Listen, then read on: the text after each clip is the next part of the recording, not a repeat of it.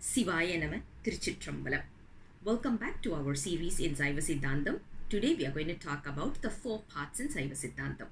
The four parts are called as Sariyai, Kiriyai, Yogam and Jnanam. When we talk about Sariyai, basically when you look at all these four parts, right, Sariyai all the way to Jnanam, it is the proposition that we are going to contribute. One is based on the physical effort, another one is the mental effort. When we talk about Sariyai, we can approximately imagine 75% of our physical energy is spent in worship. 25% is mind related. When we talk about Kiryat, 50-50. Probably we will be spending 50% of our effort in a physical manner and 50% in a mental manner.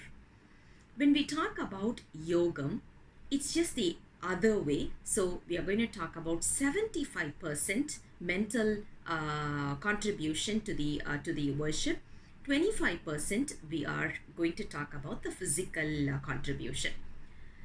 Whereas when we talk about Jnanam, it is 100% mind related, not really on physical. But is it possible for us to directly go on to Jnanam? Practically, it is not, because our mind, we all know, it is similar to a monkey, just keeps jumping around and it will not stay in one particular position. I'm going to be sitting in Singapore over here, but my mind is already in Australia, or my mind is already in the US. There is no time zone, there is no traveling time, there is nothing of those. Just in a jiffy, it's all there in the other side of the globe.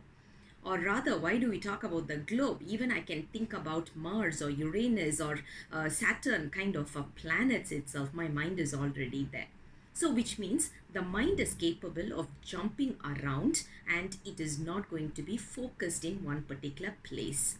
So how do we tame our mind is through the physical activities. That is what we are going to discuss in our today's session. So what happens with this Sariyai is, as we said earlier, 75% we are going to contribute based on our physical body, which means we go to a temple, we clean the temple, we just clean the place or clean the cloths related to the deities, help with taking the flowers and making garlands out of it. All those are going to be taken as a Sariyai. And as we said, 75% is physical effort. So obviously, even if our mind is jumping around, one point or other, it will come back, because we are trying to take a garland, make a garland. And when we are trying to wash the clothes, we will know that it's going to be for the deity. And to some extent, our mind will come back. Even though it is wandering around, it will come back. Now, when we practice this for a while, it depends on how confident we are. So there is no hard and fast rule to say 1 year or 2 years. It again depends on the maturity and the stability of the mind for each and every person. So once we have already achieved that our mind is already in a still situation, we will move on to the next stage, which is called as Kiryat. Kiryat is 50% physical effort, 50% mental effort. In this particular situation, this is the place where we can go near to the deities and clean the deities itself. Earlier, we were only allowed to clean the temple. Right now, we can even touch the deities and clean them. We can also remove the flowers directly from the deities and all these. Also, we can help in cooking the prasads for the holy dishes for God. When we are doing the servings and all these, right, we can actually go on with that particular services also. That is the second stage. Now imagine when we are near to the deity, almost touching and feeling the deity, obviously our mind will become a little bit more still. I mean, that's very natural, right? So when we are touching, we will be totally in a blissful state, getting ourselves immersed in that feeling. Again, this will go on for few years. It again depends on each and everyone's maturity. There is no time frame defined. After this, a person can move on to yoga. Yoga is not what we are talking about today, because today we are talking about hatha yoga, hot yoga, and all these. Those are not the ones that we are talking about here. When we are focusing in yoga, it means our mind is going to be having a oneness with this body, which means we are not going to just stretch our body and our legs and arms and whatever. Rather, we are going to sit still. Wherever we are able to bring our own, basically we do have our own Atmanada, which is what the deity is, what we call it. Atmanada will come into your mind wherever you are.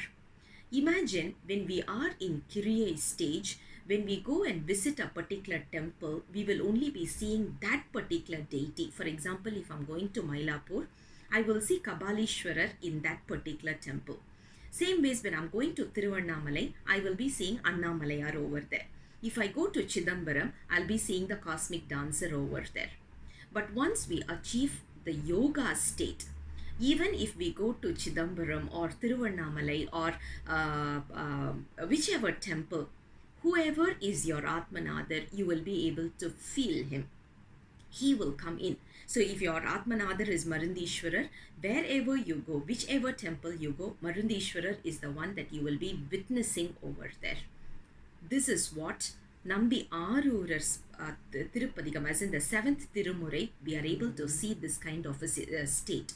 Whichever temple he goes, end of the day, he will always come back and stay in one particular point and say, I'm missing Tiru Arur Peruman.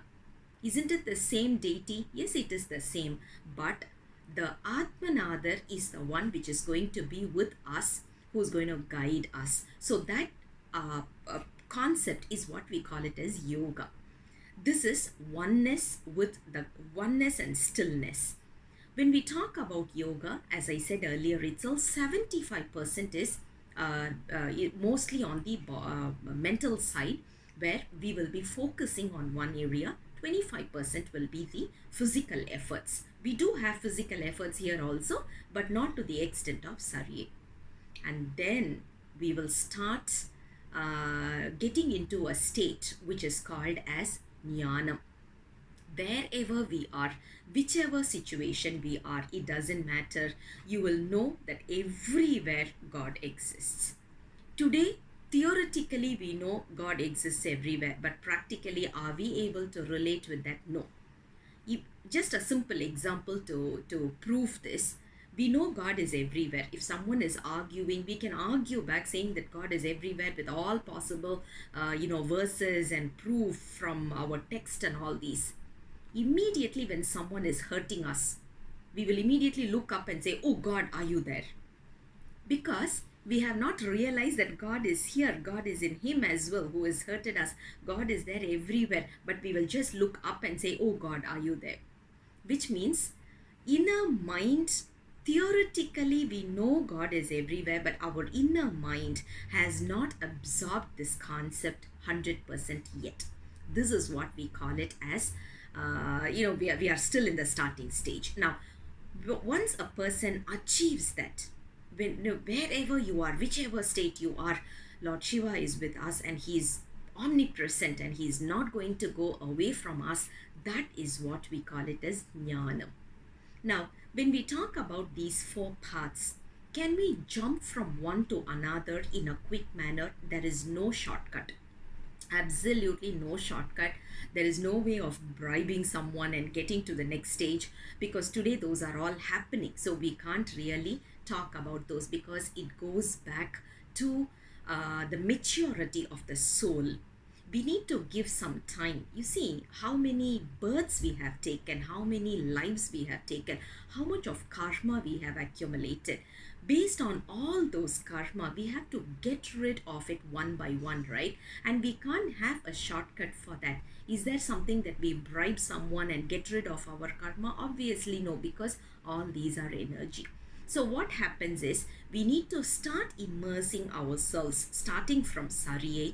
Then one situation we will automatically be moving on to Kiriya. We shouldn't be evaluating us, because with our limited knowledge and with our limited mind, we can't really evaluate and say, oh, I'm already in Jnana.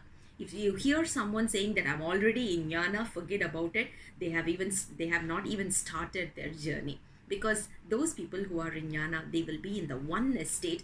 They will not even realize that they are in the jnana state. So that is the path that Saiva Siddhantam is explaining. So Sariye, Kiriye, Yogam, Jnanam. The four saints or the apostles who have shown us this path. Basically, when you talk about Appar Peruman, Tirunavukkarasar, he chose the path which is called as Sariye. That's why he was emphasizing on cleaning the temples and all those. And the second path, which is the Kiriya path, was advocated by Tirunjana Sambandar. We call him as Kari Pillayar. That's a pet name though, not his original name, but because he belongs to the place called Sirhari, we just call him as Kari Pillayar, but his original name is Tirunjana Sambandar. And the third path, which is given to us, is called as Yogam. Yogam was advocated by Nambi Arurar, commonly known as Sundarar, but there is no documented proof to call him as Sundarar, because he himself has not said his name as Sundarar, and even Periya Puranam has not given this. Actually, there is no proof. There is no proof to say his name is Sundarar based on the old text. So it has been manipulated, saying that his name is Sundarar, but his actual name is Nambi Arurar, who is the one talking about the Yogam state. And the Jnana state is given to us by Manika Vasagar. These are the four paths that has been advocated by our saints, and we need to also grasp these paths in order to achieve the concept of realization. I'll come back with you. I'll come back again with the next topic very soon. Until then, Sivaya Nama, Tiruchitrambalam.